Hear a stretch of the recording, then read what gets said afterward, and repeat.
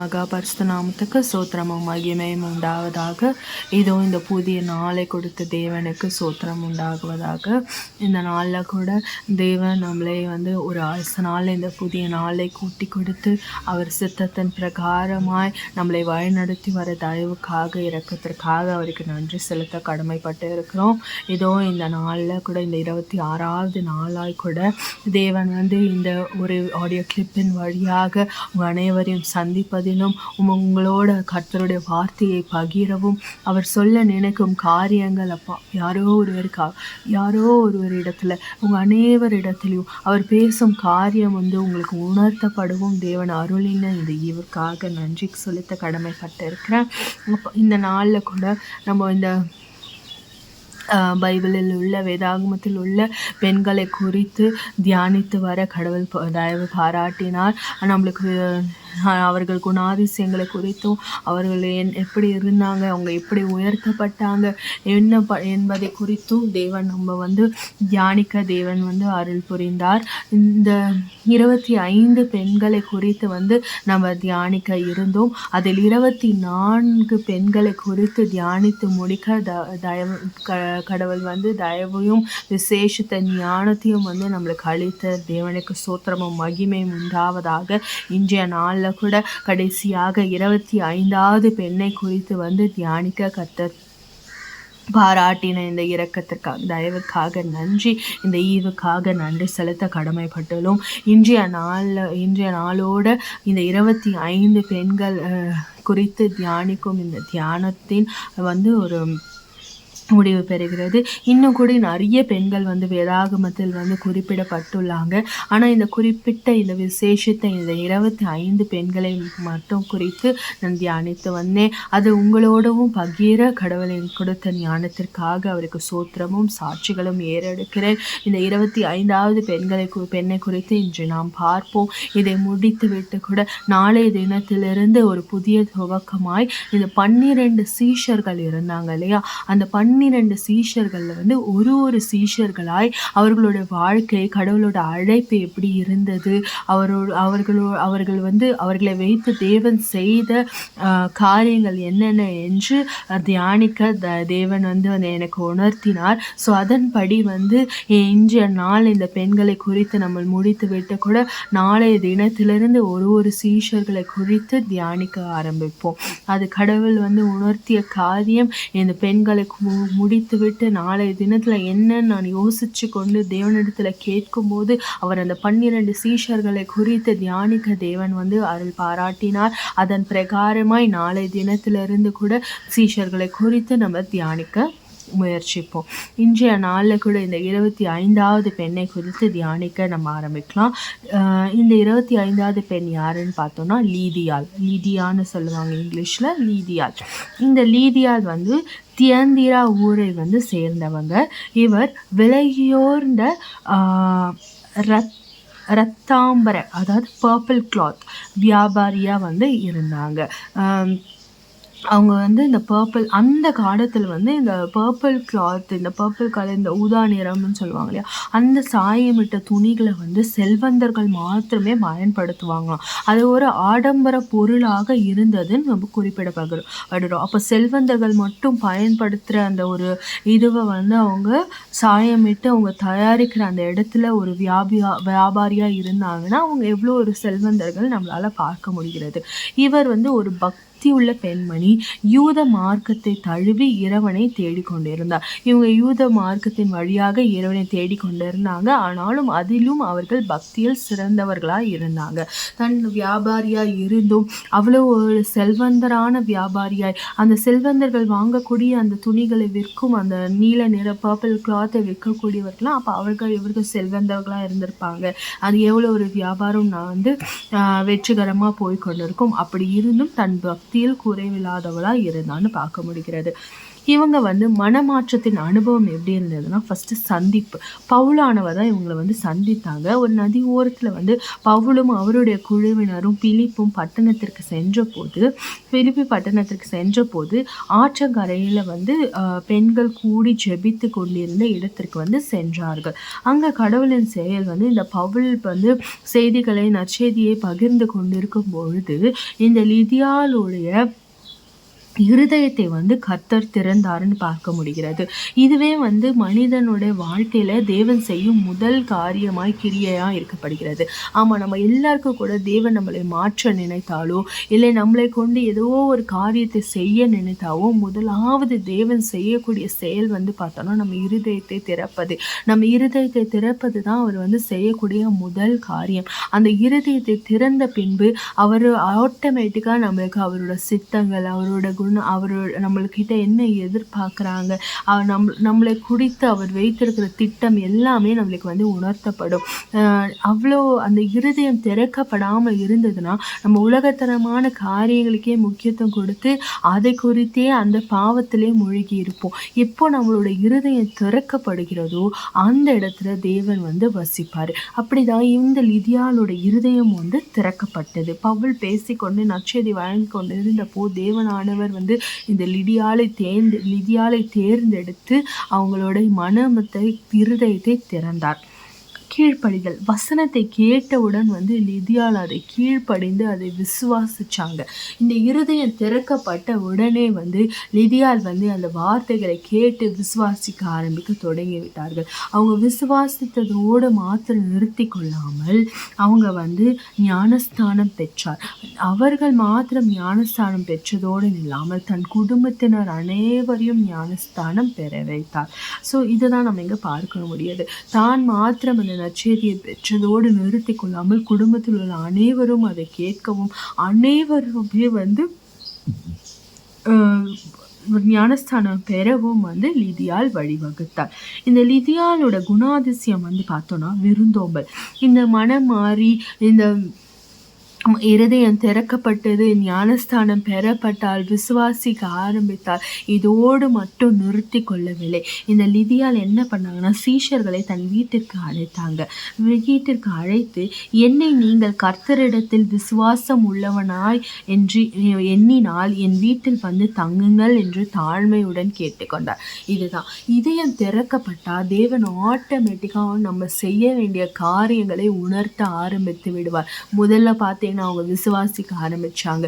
2வது ஞானஸ்தானம் பெற்றாங்க. தான் மட்டும் இல்லாம குடும்பத்தில் உள்ள அனைவரும் ஞானஸ்தானம் பெற வைத்தாங்க. இப்ப கடைசியா சீஷர்களையும் வந்து தன்னோட வீட்டிற்கு அழைக்கிறாங்க. ஆமா, அந்த சொல்ற காரியம் என்னன்னு பாருங்க. தாழ்மையோட லிதியால் சொல்றாங்க, நான் வந்து தேவனை விசுவாசிக்கிறவள் என்று நீங்க நினைத்தா என் வீட்டுக்கு வந்து தங்குங்கள் என்று தாழ்மையுடன் கேட்டுக்கொள்கிறார்கள். யூரோப்பில் பார்த்தோன்னா முதல் கிறிஸ்தவ மாற்றமாக லிதியால் கருதப்படுகிறார். முதல் கிறிஸ்தவர் அந்த ஐரோப்பிய நாட்டில் வந்து கருதப்பட்டது வந்து பார்த்தா இந்த லிதியால் தான். பவுலும் சீலாசும் சிறையிலிருந்து விடுதலையான பிறகு மீண்டும் லிதியால் வீட்டிற்கு சென்று அங்கிருந்த சகோதரர்களை தேற்றி இருந்தார்கள். இந்த லிதியாலோட வீடு வந்து பார்த்தோம்னா ஒரு ஆரம்ப கால சபையாக வந்து மாறியதை அறியலாம். ஒரு ஆரம்ப கால சபை இங்கிலீஷில் வந்து பார்க்கும்போது ஃபர்ஸ்ட் வந்து ஹவுஸ் சர்ச்ன்னு பார்க்குறோம். வீடு வந்து ஒரு சபையாக மாற்றப்பட்டது இந்த லிதியாலோட வீடு தான் பார்க்குறோம். ஸோ இங்கிலீஷில் வந்து இந்த ஃபர்ஸ்ட் பைபிள் ஹவுஸ்ன்னு சொல்கிறாங்க. ஃபர்ஸ்ட் ஹவுஸ் சர்ச்ன்னு சொல்கிறாங்க. ஸோ இந்த ஒரு காரியம் வந்து இந்த லிதியாலோட இல்லத்தில் நடைபெற்றது நம்ம பார்க்க முடிகிறது. நம்ம வந்து ஒரு காரியத்தை வந்து தேவன் நம்மளுடைய இருதயத்தை திறந்தாருன்னா ஆட்டோமேட்டிக்காக நம்ம வாழ்க்கையில் அடுத்தடுத்து எல்லாமே வந்து நடந்து கொண்டே இருக்கும். அதை தடுப்பதற்கு யாராலையும் வந்து முடியாது என்பது இதுவே ஒரு சிறந்த எடுத்துக்காட்டாக காணப்படுகிறது. இந்த லிதியால் சீஷர்களை தன்னுடைய வீட்டில் அழைத்து அவங்களுக்கு விருந்தோம்பல் செய்து அந்த இடம் வந்து ஒரு சபையாக மாற்றப்பட்டது. அங்கே சீஷர்கள் கூடி அங்கே வந்து அவர்களை தேவனுக்காக பயிற்சிக்கும் ஒரு இடமாகவும் ஒரு ட்ரைனிங் சென்டராகவும் இல்லை தேவனோட வார்த்தைகளை பகிரும் ஒரு இடமாகவும் ஒரு விசுவாசம் பெருகப்படும் இடமாகவும், முக்கியமான காரியங்கள் நற்செய்திகள் பேசக்கூடிய இடமாகவும் அவங்களோட வீடு வந்து ஒரு சபையாக மாற்றப்பட்டது வந்து நம்ம பார்க்க முடிகிறது.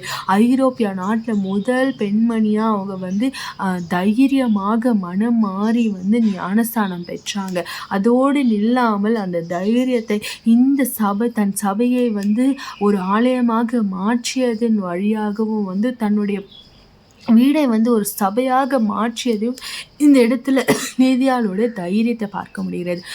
நம்ம இருதயம் திறக்கப்பட்டால் ஆவிக்குரிய தைரியம் ஆட்டோமேட்டிக்காக நம்ம உள்ளத்தில் வந்துடும். நம்ம தேவன் நம்மளோடு இருக்கும் போது நம்ம எதை குறித்துமே வந்து நம்ம பயப்பட மாட்டோம். அவரோட திட்டங்களை அடுத்து செஞ்சுட்டு போயிட்டே இருப்போம் என்பதுக்கு இது ஒரு மிகுந்த எடுத்துக்காட்டாக பார்க்கப்படுகிறது. இவங்களோட வாழ்க்கையிலிருந்து நம்ம கற்றுக்கொள்ளக்கூடிய பாடங்கள் பார்த்தோம்னா, முதலாவதாக கடவுளுக்காக நேரம் ஒதுக்குதல். இதை கடவுள் வந்து நம்மளுக்கு உணர்த்திக்கினே வராது. லாஸ்ட் 3 நாளாக கடவுள் நம்மளுக்கு உணர்த்தி கொண்டே வருவது வந்து அவருக்காக நேரத்தை நம்ம செலவிடுதல். நம்ம நேரத்தை வந்து சம்டைம்ஸ் செலவிடாமல் இருப்பது தான் நம்ம வாழ்க்கையில் அநேக காரியங்களை நம்ம தொலைப்பதற்கு காரணமாக இருக்கிறது. இங்கே வந்து லிதியாள் வந்து பவுலோட வார்த்தைகளை போய் கேட்க உட்கார்ந்து கடவுளுக்காக தன்னுடைய நேரத்தை செலவிட்டதின் நிமித்தமாக தான் அவளோட இருதயம் திறக்கப்பட்டது. மீதியான ஆசீர்வாதங்கள் சேர்த்து தரப்பட்டது. கடவுளுக்கான நேரத்தை நம்ம ஒதுக்கணும். திறந்த இருதயம் அது கடவுள் தான் திறந்தார். ஆனால் அதுக்காக நம்ம அவருக்கான நேரத்தை, அவரோட வார்த்தைகளை நம்ம காதுகள் கேட்க அவரை விசுவாசித்தோம்னா கடவுள் வந்து நம்ம இருதயத்தை திறந்தருள்வார். அதன் மூலம் அவர் நம்ம வாழ்க்கையில் நம்மை கொண்டு செய்ய இருக்கிற எல்லா திட்டங்களையும் நேர்த்தியுமாய் சீருமாய் சிறப்புமாய் செய்து முடிப்பார். மூன்றாவதாக பார்த்தோன்னா உடனடியாக கீழ்ப்படிஞ்சு உடனே அந்த ஞானஸ்தானம் எடுத்து தன் வீட்டாரையும் ஞானஸ்தானம் எடுக்க வைத்தாங்க. அது மட்டும் அல்லாமல் சீஷர்களையும் தன் வீட்டிற்கு அழைத்து சபையாக மாற்ற கடவுளோட திட்டத்துக்கு கீழ்ப்படியணும். கடவுள் நம்மளுக்கு உணர்த்துவார். அந்த உணர்த்தும் போது நாளைக்கு பார்த்துக்கலாம், நாளைக்கு பார்த்துக்கலாம் நம்ம உட்காந்துட்டே இருந்தோம்னா லாஸ்ட் வரைக்கும் உட்காந்துட்டே இருக்க வேண்டியதுதான். ஆனால் அதுவே அவருக்கு உடனே நம்ம கீழ்ப்படிஞ்சு நம்ம நடக்க ஆரம்பித்தோமானால் கடவுள் அநேக விதத்தில் நம்மளை ஆசீர்வதிப்பார். குடும்ப தலைமைனா இதுதான். அவங்க ஞானஸ்தானம் எடுத்ததோடு அல்லாமல் குடும்பத்தில் உள்ள அனைவரையும் ஞானஸ்தானம் எடுக்க வைத்தாங்க. அதுதான் அவங்களோட குடும்பத்தின் தலைமத்துவமாக இருக்கிறது. இன்றைய நாளுக்கு கூட நம்ம மாத்திரம் நம்ம ரட்சிக்கப்பட்டால் பத்தாது. நம்ம குடும்பத்தில் உள்ள எல்லாரும் பெரியவர்கள் முதல் சிறியவர்கள் வரை ரட்சிக்கப்பட நம்ம போராடணும். முதல்ல நம்மளோட பிரசங்கத்தை நம்ம வீட்டில் சொல்லணும். நம்ம வீட்டில் இருக்கிறவங்கள மாற்றி அவங்கள ரட்சிக்கப்பட வைக்கணும். அப்பதான் கடவுளோட அனைவரும் சேர்த்து கொள்ளப்படுவார்கள். அதன் மூலம் குடும்பம் முழுவதுமாய் ஆசீர்வதிக்கப்படும். விருந்தோம்பல் மற்றும் தாராள குணம். அவங்களோட விருந்தோம்பல், சீஷருக்கு அந்த விருந்தோம்பலை அவங்க அளித்தது நிமித்தமாக தான் அந்த இடம் அவங்களோட வீடு சபையாக மாற்றப்பட்டது. அந்த சீஷர்கள் அங்கே தங்கியது மூலமாக தான் அந்த இடம் ஒரு சபையாக மாற்றப்பட்டு ஒரு விசேஷ விதமான இடமாக மாற்றப்பட்டது. ஐரோப்பியாவிலே முதல் வீடு சபையாக மாற்றப்பட்டது என்று கருதப்படும் அளவிற்கு தேவன் அந்த இடத்தை ஆசீர்வதித்தார் என்றால் அந்த விருந்தோம்பல் தான் காரணம். கடவுளுக்கு அவங்க கீழ்ப்படிந்தது தான் காரணம். சரி, இதன் மூலம் தேவன் நமக்கு என்ன உணர்த்த வராருன்னா, அவருக்காக நேரம் நம்ம செலவிடணும். நான் ஆல்ரெடி இந்த 3 நாளை நம்ம பார்த்துட்டு வரும்போதே தேவன் நம்மளுக்கு உணர்த்தக்கூடிய காரியம், அவர் நம்மை குறித்து ஏதோ ஒரு திட்டத்தை வைத்து விட்டார். அதை நமக்காக தான் அது காத்துட்ருக்கு. நம்ம கடவுள் இன்னும் நமக்கு கொடுக்கல, இன்னும் நம்மளுக்கு ஆசீர்வாதத்தை கொடுக்கல, இன்னும் நம்மளுக்கான திட்டத்தை இது பண்ணலைன்னு நம்ம நினைக்கிறோம். இல்லை, அவர் நமக்கான பிளான், நமக்கான திட்டம் எல்லாத்தையும் அவர் ஆல்ரெடி அழகாக திட்டம் தீர்த்து வைத்து விடலாம். அவர் வெயிட் பண்ணுற ஒரே ஒரு விஷயம், நம்ம அவருக்காக நேரம் செலவிடுவோமா, அவரோட வார்த்தையை கேட்போமா. அப்போ தான் அவருக்கு நம்மளை இருதயத்தை அவரால் திறக்க முடியும். நம்ம அவரோட வார்த்தைகளை கேட்க கேட்க கேட்க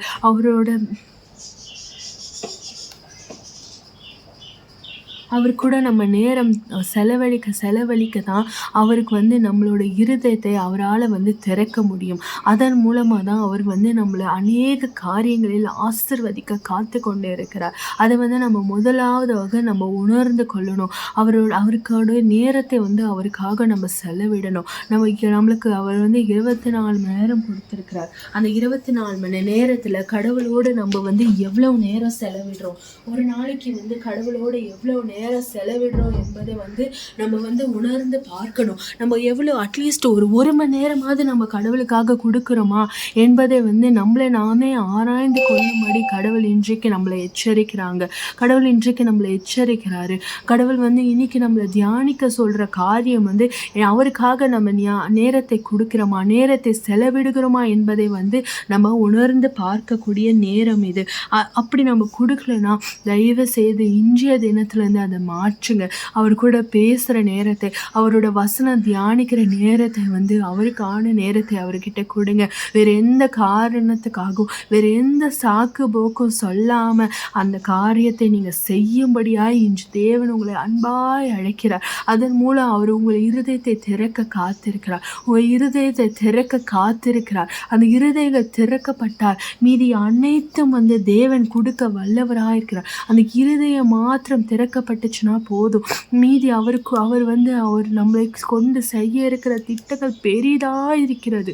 அவர் நம்மளை எவ்வளோ பெரிய நம்ம ஒரு சின்ன காரியத்தை பிடித்து கொண்டு நம்ம இன்னைக்கு இருக்கிறோம். ஆனால் தேவன் நம்மளை குறித்து பெரிய பெரிய திட்டங்களை வைத்திருக்கிறார். நம்மளை குறித்து பெரிய பெரிய காரியங்களை செய்ய இருக்கிறார். அதை நம்ம உணர்ந்து கொள்ளாமல் நம்மளுக்கு இருக்கிற சின்ன பிரச்சனை, சின்ன தேவைகள், சின்ன உலகத்தரமான காரியத்தை நம்ம பிடித்து கொண்டு நடக்கிறோம். ஒரு சாதாரண உலக காரியத்துக்கு கொடுக்குற முக்கியத்துவம் கூட நம்ம தேவனுக்கு கொடுப்பதில்லை. அது அவருக்கு எவ்வளோ மனவேதனையாக இருக்கும்ன்றதை நம்ம உணர்ந்து நடக்கணும். நம்ம பைபிளில் வரிசைகளாக பார்த்து கொண்டு வர பெண்கள் அவரிடத்துல நேரத்தை செலவிட்டு அவரோட வார்த்தையை கேட்க அவங்க பிரயாசப்பட்டது நிமித்தமாக தான் அவர்கள் ஆசீர்வதிக்கப்பட்டார்கள். அவர்கள் ஒன்றுமே பண்ணாமல் இல்லை, அவர்கள் செய்தது நிமித்தம் தான் கடவுள் அவங்க ஒரு ஸ்டெப் எடுத்து வச்சாங்க. கடவுள் அவங்கள அநேக விதத்தில் ஆசீர்வதிச்சதை நம்மளால் பார்க்க முடிகிறது. அதே போல தான் நேற்றைய தினத்தில் பார்த்த பிரிஸ்கிலாவை போல தான் இன்றைய தினத்தில் பார்க்குற லிதியாளை போல தான் நம்ம அவருக்கான நேரத்தை அவருக்கு கொடுக்கும் போது அவர் நம்மளை கொண்டு செய்ய இருக்கிற திட்டத்தை நமக்கு உணர்த்துவார். அதன் மூலம் நம்ம இருதயங்கள் திறக்கப்படுவதன் மூலம் அந்த திட்டங்கள் நிறைவேற்றப்படும். ஸோ இந்த குணாதிசயம் வேணும்னு நம்மளை ஜெபிக்கலாம். நம்மளே ஆராய்ந்து பார்க்கலாம். இன்றைய நாளில் கூட நம்ம சோதித்து பார்க்கலாம். நம்ம கடவுளுக்காக எவ்வளோ நேரம் கொடுக்குறோம். நம்ம ஒரு நாளில் கடவுளுக்குன்னு கொடுக்கப்படுற நேரத்தை அவருக்கான நேரத்தை அவருக்கு நம்ம கொடுக்குறோமா அப்படின்னு நீங்களே சோதித்து பாருங்கள். அதன் மூலமாக கடவுள் நிச்சயமாக ஒரு மாற்றத்தை உங்கள் வாழ்க்கையில் கொண்டு வருவார். அவருக்கான நேரத்தை நீங்கள் கொடுத்து பாருங்கள். மீதி எல்லாத்தையும் கடவுள் அற்புதமாக உங்களை வழிநடத்துவார். அந்த ஒரே ஒரு காரியம், அந்த விசுவாசம். அப்பா நீங்கள் என் இருதயத்தை தொடுங்க அப்படின்னு ஒரு விசுவாசத்தோடு ஜெபிச்சு பாருங்கள். அவரோட வார்த்தையை கேட்க உங்கள் நேரத்தை செலவிட்டு பாருங்க. தேவன் உங்களை அநேக விதத்தில் ஆசீர்வதிப்பார். அதுக்கப்புறம் என்ன பண்ணணும்னு அவர் பார்த்துப்பாரு. நீங்கள் அதை குறித்து பயப்பட தேவையில்லை. நீங்கள் என் கூட வாங்கப்பா நீங்கள் கேட்டுட்டு உங்கள் இருதயத்தை திறந்து வச்சுட்டு உட்காந்துருங்க. மீதியானவைகளை தேவன் பார்த்து கொள்வார். அந்த ஒரு விசுவாசம் நமக்கு இருக்கும். இன்று லிதியாலை போல நம்ம விசுவாசிப்போமா? இன்று லிதியாலை போல தேவனுக்காக நேரத்தை ஒதுக்குவோமா? இன்று லிதியாலை போல நம்ம அவருடைய ஊழியத்தை செய்ய நம்மளோட வீடுகளை சபைகளாய் மாற்றுவோமா? அவரோட துதி நம்ம வீடுகளில் இருக்க நம்மளை நாமே நம்மளை நாமே பயன்படுத்தி கொள்ள கடவுளிடத்தில் ஒப்பு கொடுப்போமா? ஜெபிக்கலாமாங்க. அப்பா பிதாவே ராஜா, இந்த நல்ல வேலைக்காய் கூட ஜெபிக்க நீ கொடுத்த இந்த நாளுக்காய் சோத்திர. அப்பா ஒவ்வொரு காலை பொழுதுல உங்களோட கிருபை புதிதாக இருக்கிற தயவுக்காய் சோத்திர. உங்களோட காருண்யத்தினால், உங்களோட கிருபையினால், உங்களோட இரக்கத்தினால், உங்களோட தயவுனால் நீர் எங்களை காத்து கொண்டு இம்மட்டும் காத்து எபினேசர் இனியும் காக்க வல்லவராயிருக்கிற தயவுக்காய் நன்றி அப்பா. நன்றி ராஜா. அப்பா நீர் கொடுத்த இந்த நாளை கூட கரத்தில் ஒப்படைக்கிற அப்பா. உங்களுக்கு சித்தமானவர்களை செய்ய எங்களுக்கு கற்றுக் கொடுங்கப்பா. இதோ இதை கேட்கிற ஒவ்வொருத்தரையும் கூட நீர் ஆசீர்வதிங்க. ஒவ்வொருத்தரோட இருதயங்கள் திறக்கப்படட்டும் அப்பா. ஒவ்வொருத்தரோட இருதயங்கள் திறக்கப்படட்டும். லிதியாளின் இருதயம் திறக்கப்பட்டது நிமித்தம் அவள் எவ்வளவாய் ஆசீர்வதிக்கப்பட்டாங்க அப்பா. அவங்க வீடு சபையாய் மாறியது அப்பா. அவங்க அப்பா உமக்கு பிரியமானவளாய் மாறினாங்க. அதே போல நாங்கள் ஒருவருத்தரும் கூட எங்கள் இருதயங்கள் திறக்கப்படட்டும். உமக்கான நேரத்தை நாங்கள் உமக்கு கொடுக்க அப்பா எங்களை நீர் பயன்படுத்துங்க. அதன் மூலம் நாங்கள் அப்பா உம்முடைய ஊழியத்திற்கென்று நாங்கள் பயன்படுத்தப்பட கிருபை பாராட்டுங்க அப்பா. அவர்கள் அப்பா வீடை சபையாய் மாற்றியது போல நாங்களும் அப்பா சபைகளாய் மாற்றவும் அப்பா உம்மை துதிக்கிற துதி எங்கள் ஒவ்வொருத்தரோட வீடுகளில் இருக்க கிருபை பெற்றுங்க அப்பா. பெயர் கிறிஸ்தவர்களாய் இல்லாத வண்ணம் அப்பா உம்மை துதிக்கிற துதி எங்கள் நாவுகளில் எப்போதும் இருக்கவும் அப்பா.